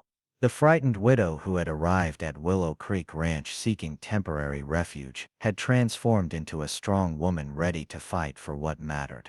Her courage in facing Kane and her willingness to provide evidence against Blackstone had helped bring justice not just for her own family, but for everyone who had suffered under the corrupt system. So what happens now? Emma asked, her hand finding Jake's with the naturalness of long partnership. Jake looked out over his ranch, seeing it not as the failing operation it had been yesterday, but as the thriving spread it could become with the right people working it. The stolen cattle were being returned, the financial pressure was lifted, and he had a family to help him rebuild what his grief had allowed to deteriorate. Now we get married, Jake said with the matter-of-fact tone he used when stating obvious truths. Can't have you and the children living here unmarried. People would talk. Emma's laugh was bright as morning sunshine, the first truly joyful sound Jake had heard from her since they met. Is that a proposal or an observation? Both, Jake replied, his massive frame somehow seeming gentle as he turned to Face her fully. Emma Patterson, would you do me the honor of becoming my wife and making this house a home again? Yes, Emma said without hesitation. Yes, Jake Morrison, I will marry you and help you raise cattle and children and whatever else this land needs. Tommy stepped forward with the serious expression he wore for important moments. Does this mean I can call you Pa? Jake felt his throat tighten with emotion he had thought buried with his birth family. I'd be honored if you did, son. Lucy closed her notebook with the satisfied expression of someone who had successfully completed a complex project. I'll need to update my records, she announced. This changes all the calculations about the ranch's future prospects. Ben held up the wooden horse he had been examining since their arrival. Can I keep this, since we're family now? Jake knelt to bring himself closer to the boy's eye level, his massive frame folding with surprising grace. That horse belonged to my sister Molly. She would have wanted you to have it, Ben. Take good care of it. Marshall Hayes approached the porch as the family was sharing their moment of happiness. His weathered face showed satisfaction mixed with the tiredness that came from a long night of dangerous work. Mrs. Patterson, I wanted to thank you personally. Your husband's sacrifice and your courage have helped us break up the biggest corruption ring in territorial history. Justice has been served. Emma nodded acknowledgement of his thanks, but her attention remained focused on the man beside her and the children who had found safety at last. My husband would be proud, she said simply. He always believed that good people had an obligation to fight for what was right. He was right about that, Hayes agreed. And he was right about you. Thomas told me once that if anything happened to him, you'd find a way to finish what he started. Looks like he knew his wife pretty well. As Marshall Hayes and his men prepared to depart with their prisoners, Jake felt the profound satisfaction that came from seeing justice triumph over corruption. But more important than the legal victory was the personal transformation that had occurred over the past few days. A broken man and a desperate family had found each other in their darkest hour and had chosen to stand together against overwhelming odds. The resulting bond was stronger than blood, deeper than convenience, and more lasting than any legal document. They had become family in the truest sense, united not by accident of birth, but by conscious choice to love and protect each other regardless of cost. Emma slipped her arm through Jake's as they watched the law enforcement party disappear down the valley road toward town. Think we'll have any more trouble? Jake considered the question seriously. With Blackstone's network broken and the federal marshals actively investigating territorial corruption, the immediate threats to their safety had been eliminated. But life always brought new challenges, and the Montana Territory was still a place where survival depended on strength, courage, and the willingness to stand up for what mattered. Probably, Jake said honestly. But whatever comes, we'll face it together. That's what families do. The sun climbed higher over Bear Mountain, warming the valley floor and promising a clear day ahead. Willow Creek Ranch, which had been dying slowly under the weight of one man's grief, began its transformation into something new and vital. The sounds of family life replaced the lonely silence that had characterized the house for too many years. In the distance, cattle moved peacefully through pastures where they belonged, no longer threatened by organized theft. The buildings that had sagged under neglect would be repaired by willing hands working together toward common goals. The land that had seemed like a burden to a man grieving alone would become a legacy to pass on to children who would love it as much as their adoptive father did. Jake Morrison had hired Emma Patterson to manage his ranch, but she had done something far more important. She had helped him learn to manage his lonely heart, transforming it from a vessel of grief into a source of love that could sustain a family through whatever challenges the future might bring.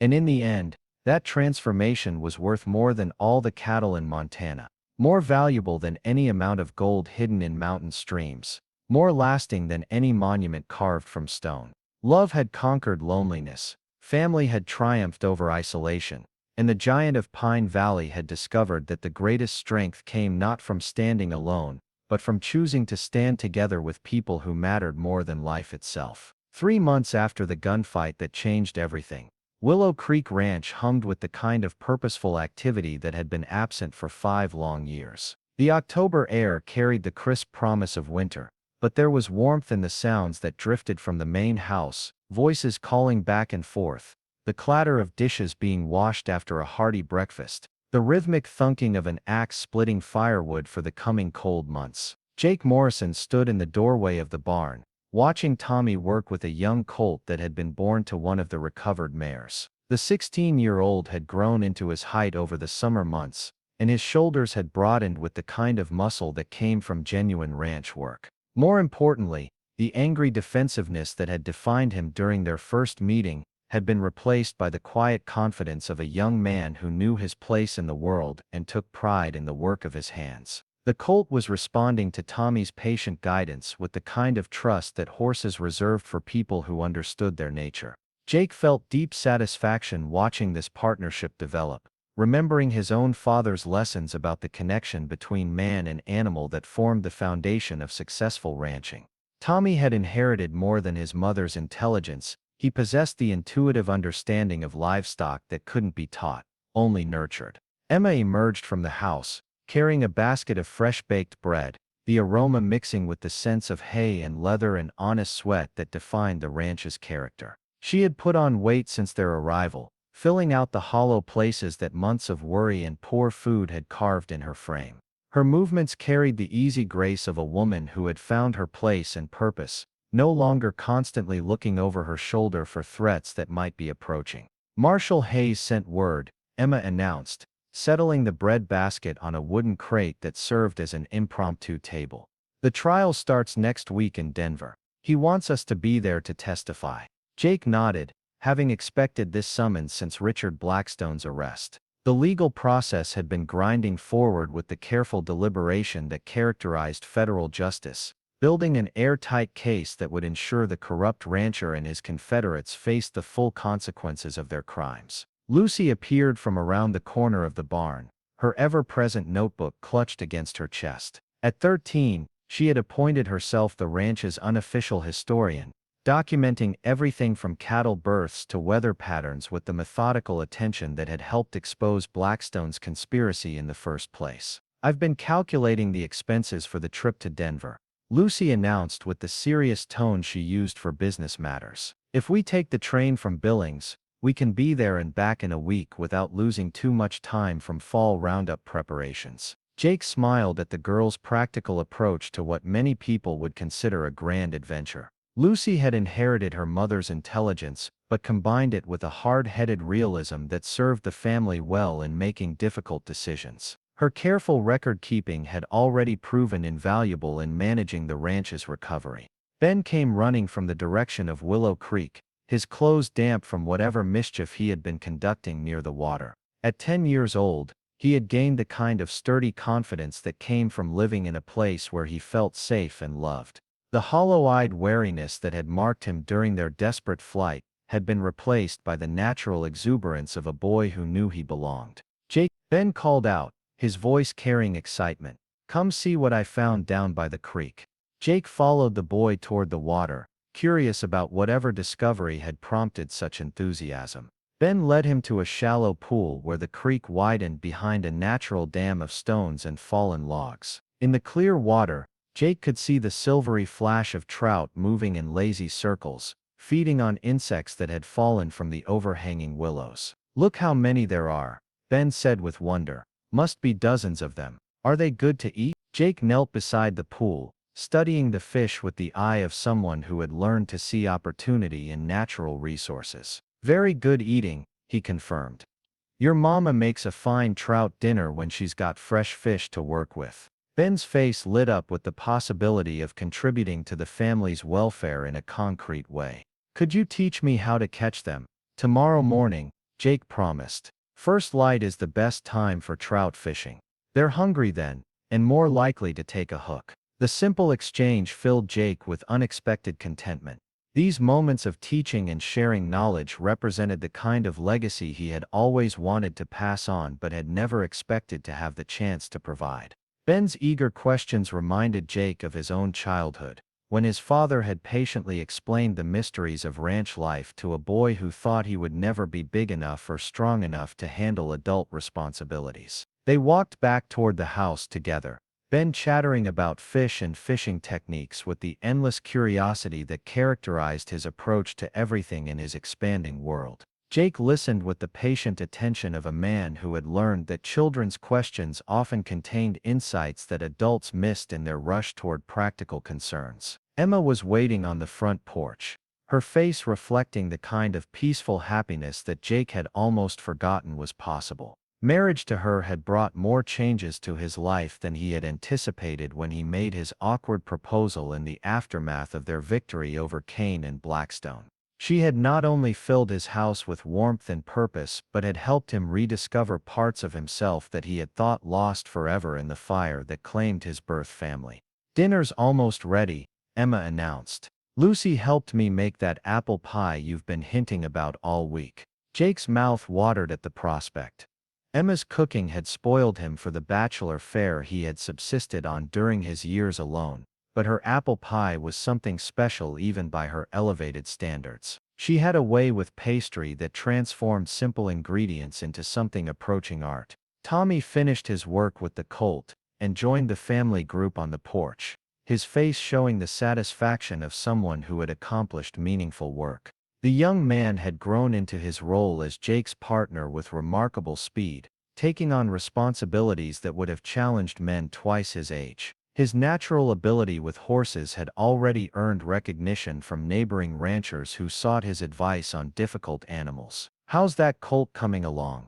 Jake asked, settling his massive frame into the reinforced chair that Emma had insisted he needed after breaking two ordinary chairs during their first month together. "He's smart and willing," Tommy replied with the careful assessment that marked him as a serious horseman. "Give him another month of steady work, and he'll be ready for saddle training. Should make a good cow horse once he learns the trade." Jake nodded approvingly.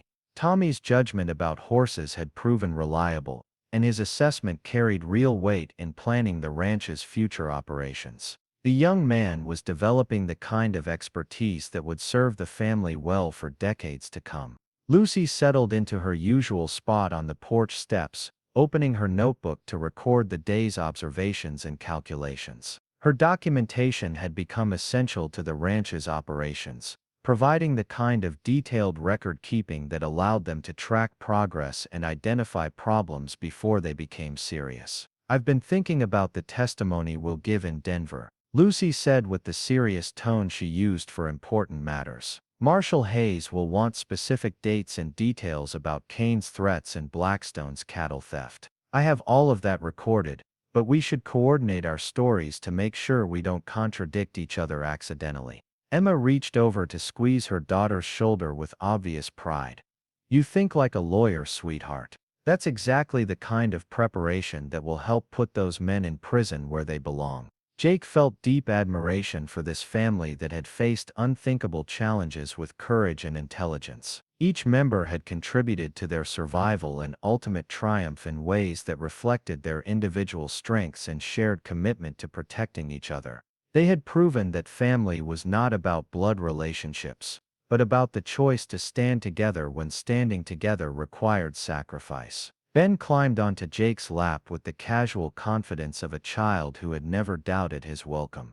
Despite Jake's intimidating size, the boy had bonded with him immediately, perhaps recognizing the gentleness that larger men often possessed toward smaller creatures who needed protection. "Tell me about the war again," Ben requested, settling comfortably against Jake's broad chest.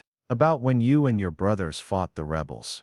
Jake felt the familiar tightness in his throat that came whenever his lost brothers were mentioned. The pain of their deaths would never completely fade, but it had been transformed from a poison that destroyed his will to live into a bittersweet memory that honored their sacrifice. Emma's love and her children's acceptance had taught him that remembering the dead was different from being trapped by grief. James and Thomas were the bravest soldiers in the whole Union Army.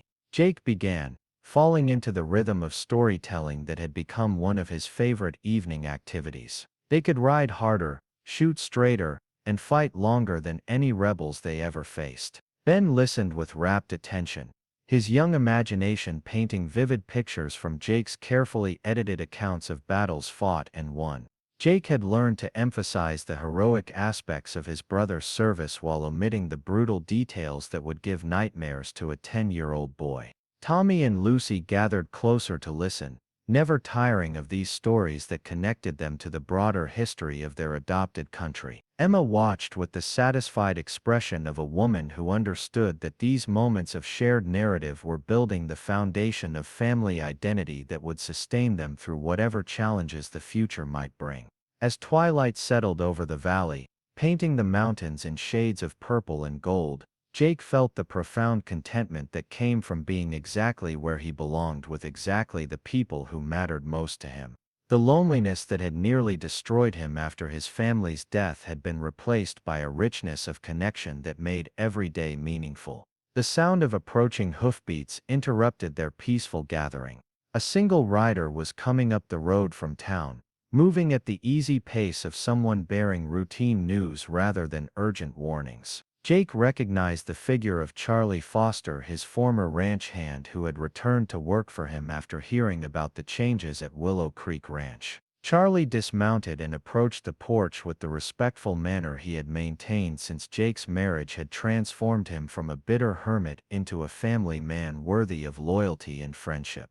The older cowhand had been one of many people in the valley who had adjusted their opinions of Jake Morrison based on the evidence of his reformed character. "Evening, folks," Charlie said, touching his hat brim in acknowledgement of Emma's presence. "Got some news from town I thought you'd want to hear." Jake gestured for Charlie to continue, curious about whatever developments had prompted the ride out to the ranch after working hours. "Judge Wilson got word from Denver today," Charlie announced. "Blackstone's trial got moved up. They want to get it finished before winter weather makes travel difficult. You folks need to be there Monday morning instead of next week." Emma frowned at this change in plans.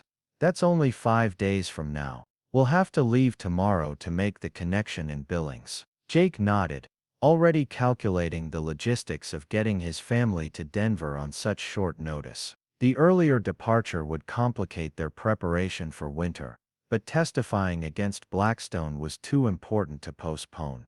Justice demanded their presence regardless of personal inconvenience. "There's more," Charlie continued.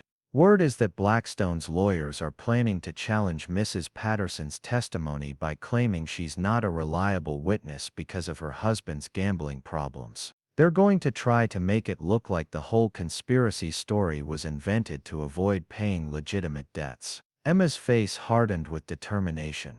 "Let them try. I have documentation of every threat Kane made, every theft, every lie they told. Lucy's records will support everything I say." Jake felt proud of his wife's courage in the face of legal intimidation.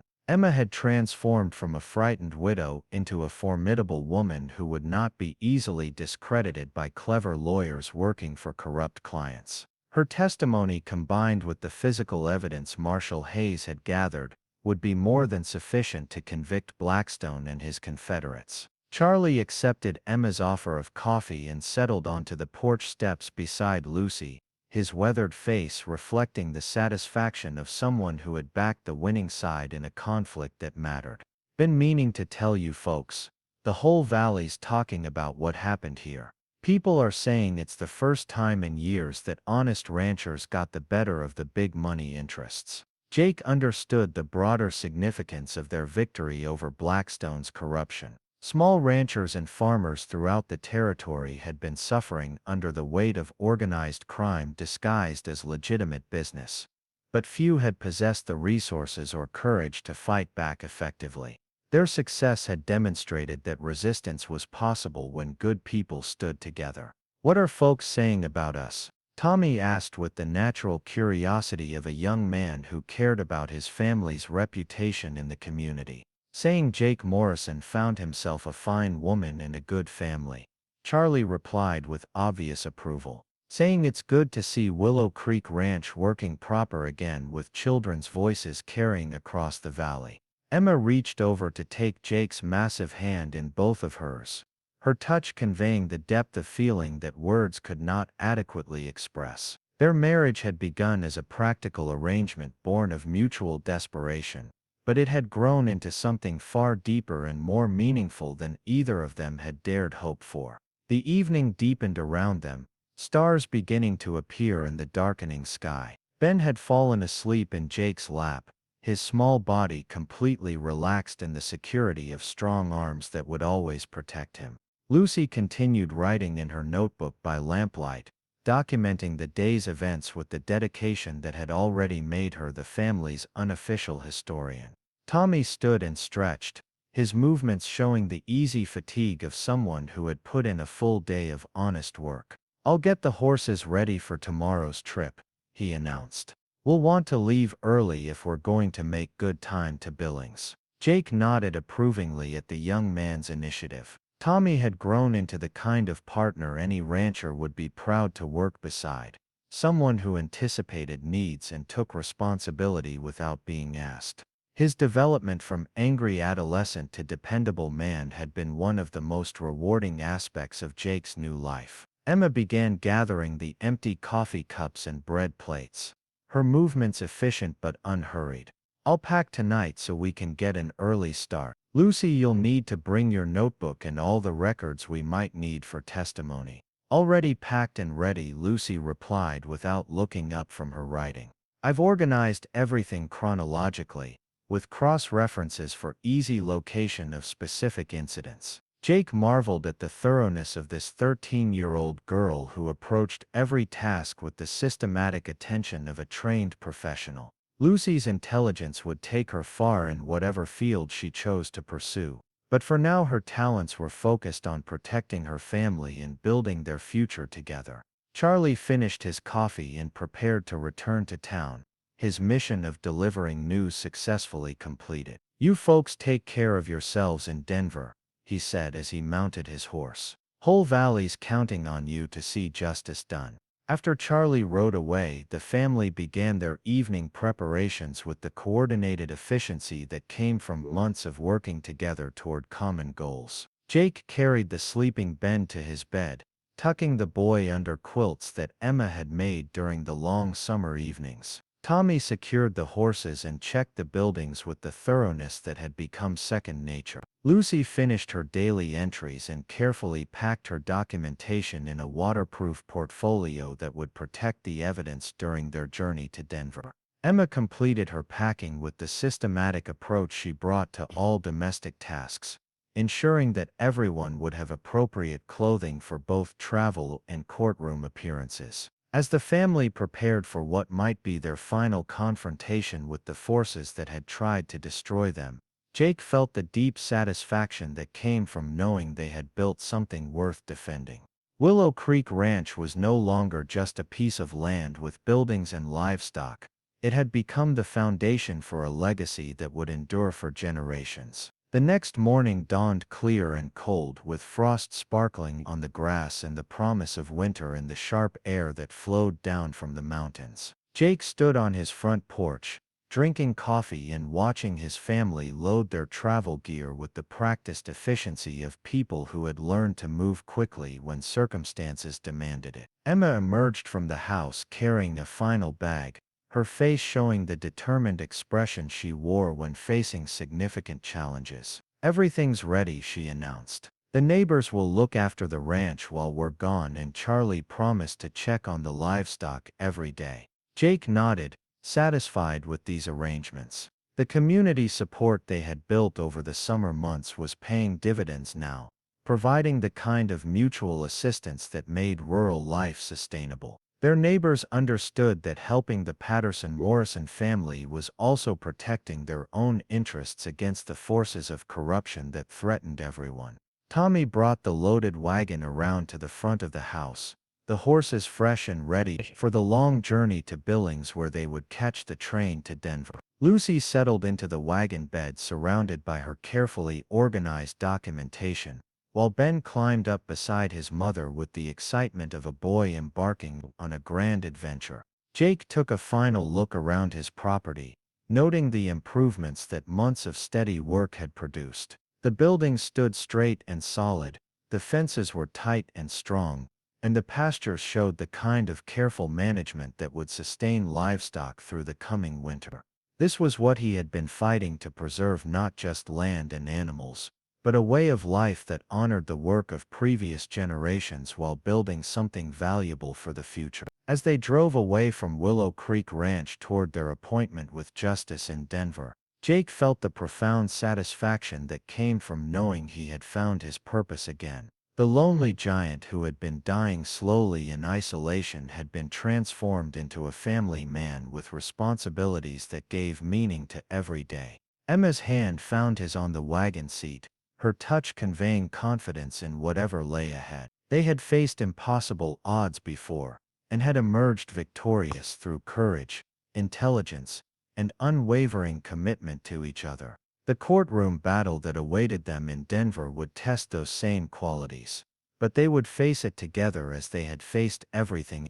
Behind them, Willow Creek Ranch settled into the quiet rhythms of autumn, watched over by neighbors who understood its importance not just to the Morrison family but to everyone who believed that honest work and decent values deserved protection against those who would destroy them for personal gain.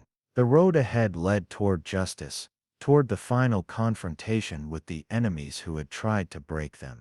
But it also led toward a future filled with the possibilities that came from love conquering loneliness, family triumphing over isolation, and the choice to stand together proving stronger than any force that tried to drive them apart. Jake Morrison had asked Emma Patterson to manage his ranch, but she had given him something far more valuable. She had taught him how to manage his lonely heart, transforming it from a vessel of grief into a source of strength that could sustain a family through whatever challenges the world might bring. And as their wagon rolled toward Denver and the final chapter of their fight for justice, that transformed heart beat steadily with the rhythm of a man who had learned that the greatest victories were not won on battlefields, but in the quiet moments when families chose to love and protect each other regardless of the cost. Up next, you've got two more standout stories right on your screen. If this one hit the mark, you won't want to pass these up. Just click and check them out.